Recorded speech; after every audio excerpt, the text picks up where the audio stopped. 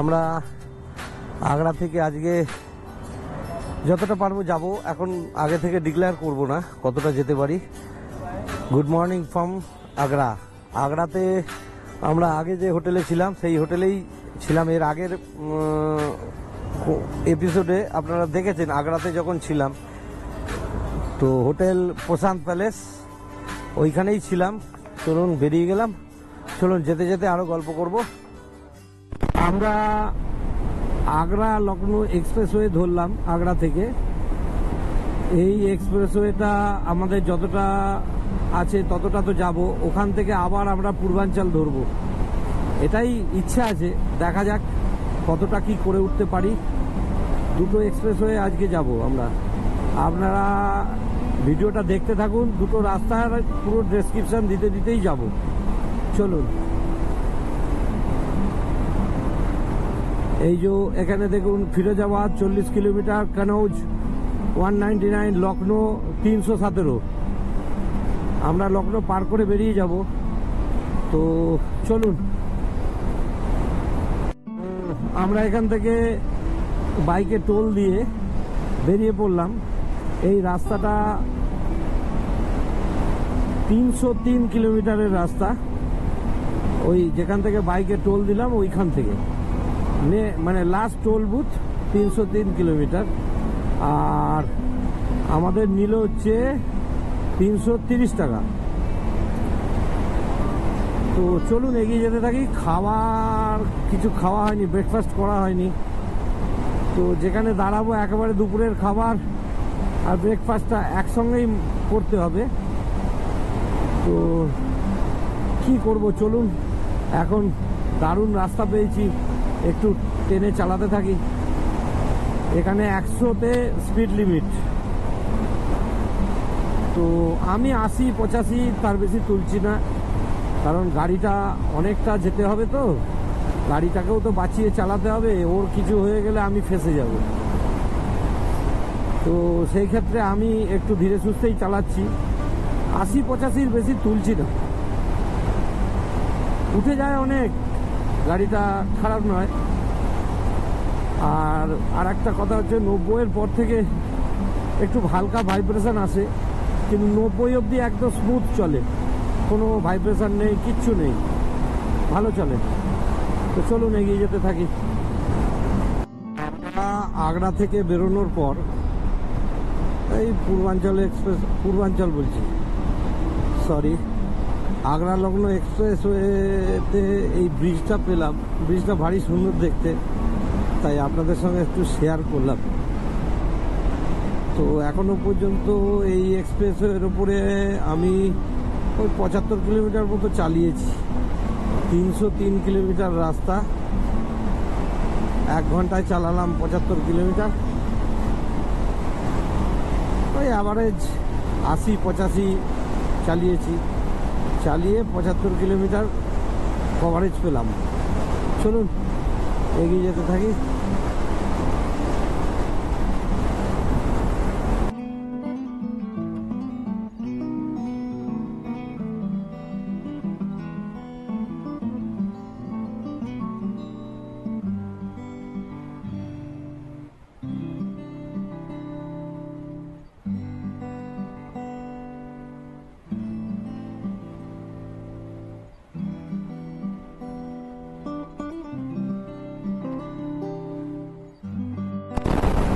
তো আগ্রা লখনৌ এক্সপ্রেসওয়ের ওপরে আছি। আর এটা হচ্ছে গঙ্গা, দেখুন পুরো চর পড়ে একদম শেষ হয়ে গেছে, কি আর বলবো। এটা গঙ্গার এই অবস্থা। এই গঙ্গা আমাদের ওদিকে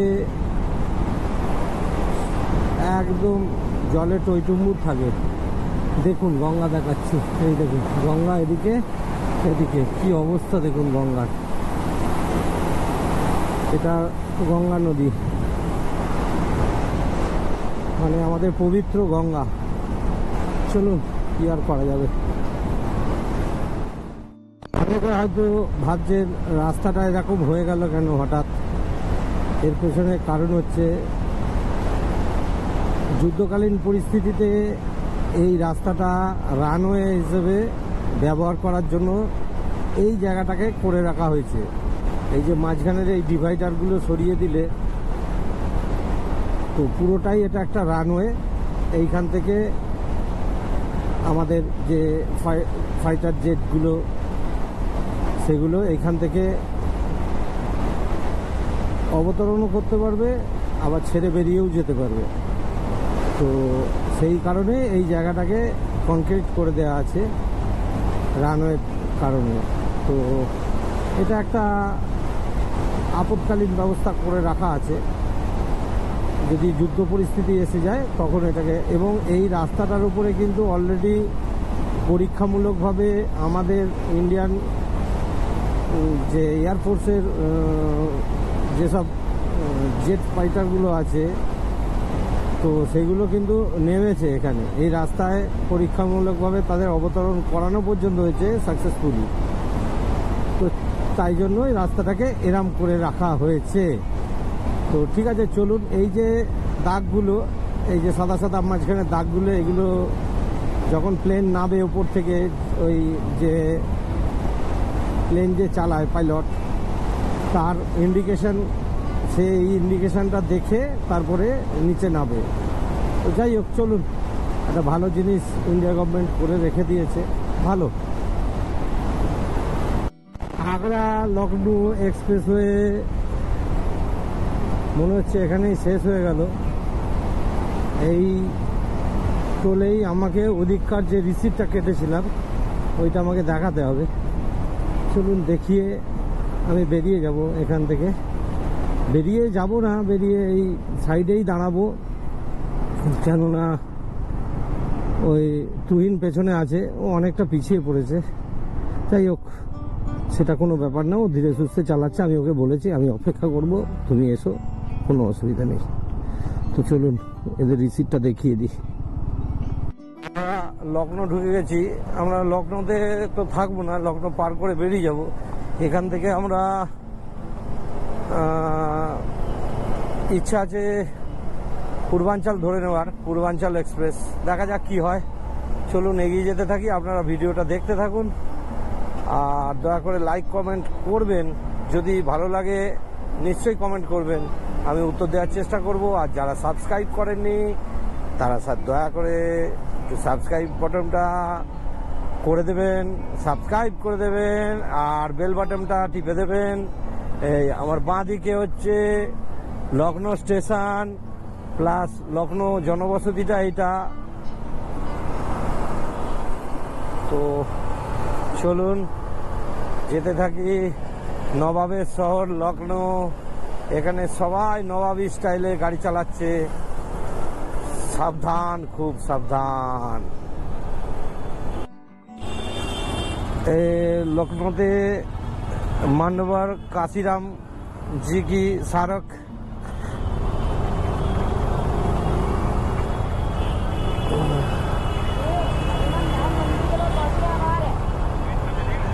দেখুন। পূর্বাঞ্চল ধরবো বলে পূর্বাঞ্চলের রিং রোডে ঢুকে পড়লাম লখনৌ থেকে। তো অ্যাটমসফিয়ারটা খুব সুন্দর সন্ধেবেলা। চলুন আমরা পূর্বাঞ্চলে ঢুকছি। আর এই পূর্বাঞ্চলটা যতদূর সম্ভব 341 কিলোমিটার আছে। রাত্রিবেলা এইটা ক্রস করে আমরা বক্সার পৌঁছে গিয়ে ঠিক করব বক্সারে থাকবো না রাত্রিটা ট্রেনেও দেব।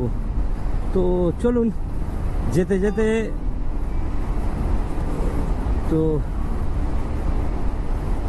তো যেতে থাকি। ভালো লাগছে বেশ। পূর্বাঞ্চল তো ভালো, আমাদের ভারতবর্ষের মধ্যে সবচেয়ে বড় লংগেস্ট এক্সপ্রেসওয়ে পূর্বাঞ্চল। তো দেখা যাক কি বলে। চলুন যেতে থাকি।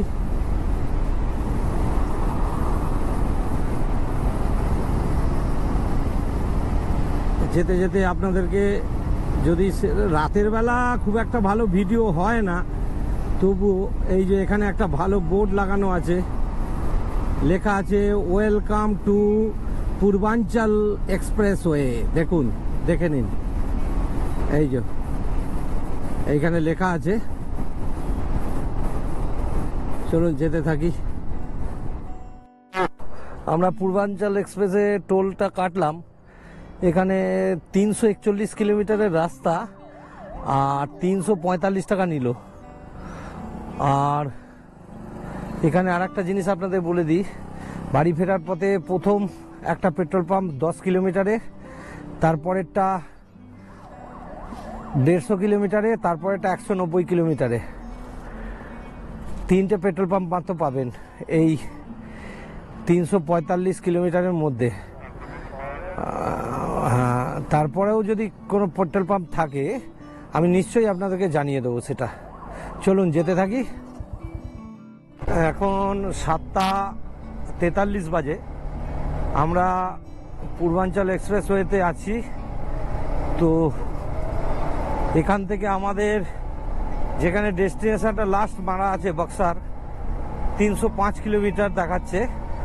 আর রাত্রির 12:10 দেখাচ্ছে। ওটা ওই 11:30টার মধ্যে কমিয়ে নেব, কোনো অসুবিধা নেই। কারণ এই রাস্তায় মিনিমাম অ্যাভারেজ 70-80-তে চালানো যাচ্ছে, তো স্বাভাবিক ওটা একটু কমে যাবে। তো চলুন এগিয়ে যেতে থাকি। তো আর আপনারা ভিডিওটা দেখতে থাকুন, স্কিপ করবেন না। আজকে রাত্রিরে একটা খুব লোমহর্ষক রাইড হতে চলেছে। হয়তো আমরা সারা রাত রাইড করে বিহার ক্রস করে যাব আজকে। দেখা যাক কত দূর কি হয়, কতটা কি পারি দেখি। চলো যেতে থাকি।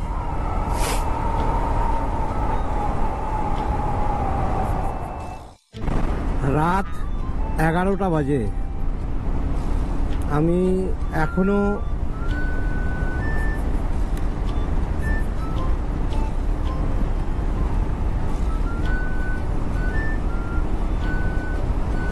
ওই একই রোডে আছি, মানে পূর্বাঞ্চল এক্সপ্রেসওয়ে।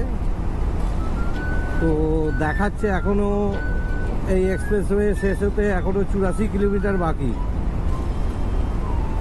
মানে NH-31 এটা।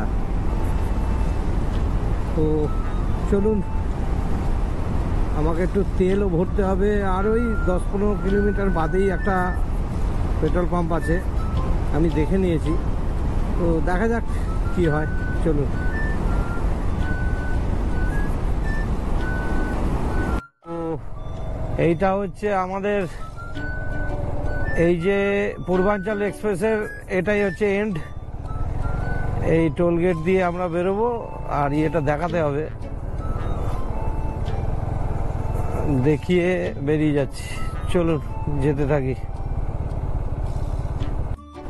সারা রাত গাড়ি চালিয়েছি, অন্ধকার ছিল, ভিডিও করিনি।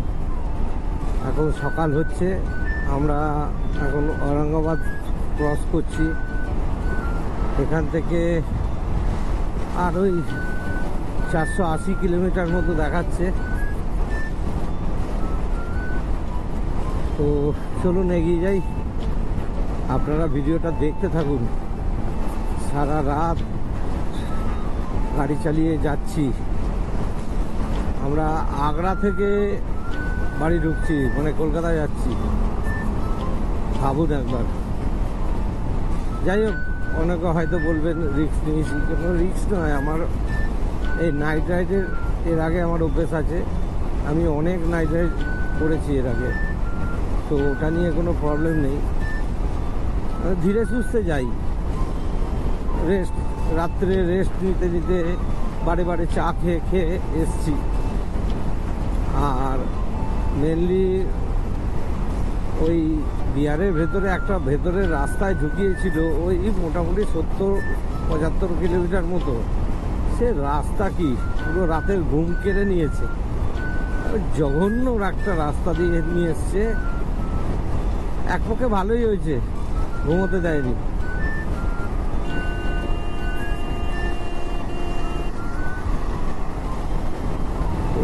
চলুন আপনারা ভিডিওটা দেখতে থাকুন। আমি সামনে আর যা যা আসবে এই আমার বাড়ি ফেরার রাস্তায় সব দেখাবো আপনাদের সঙ্গে। দেখতে থাকুন শুধু ভিডিওটা। আর যদি কোনো প্রশ্ন থাকে সেটা কমেন্ট বক্সে লিখবেন, আমি চেষ্টা করব উত্তর দিয়ে দেবার।